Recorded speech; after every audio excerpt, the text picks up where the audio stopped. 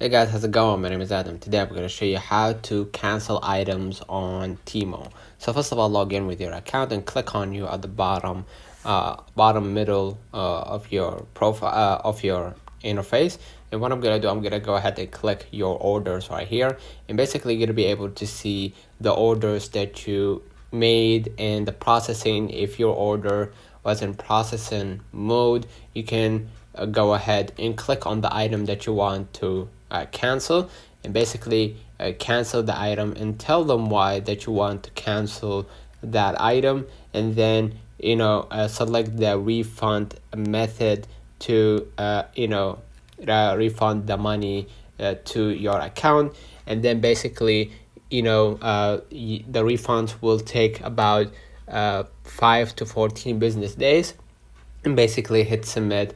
And lastly, you're gonna be able to receive the refund of that purchased item. So let me know in the comments if this video helped you. Don't forget to like and subscribe, and thank you for watching.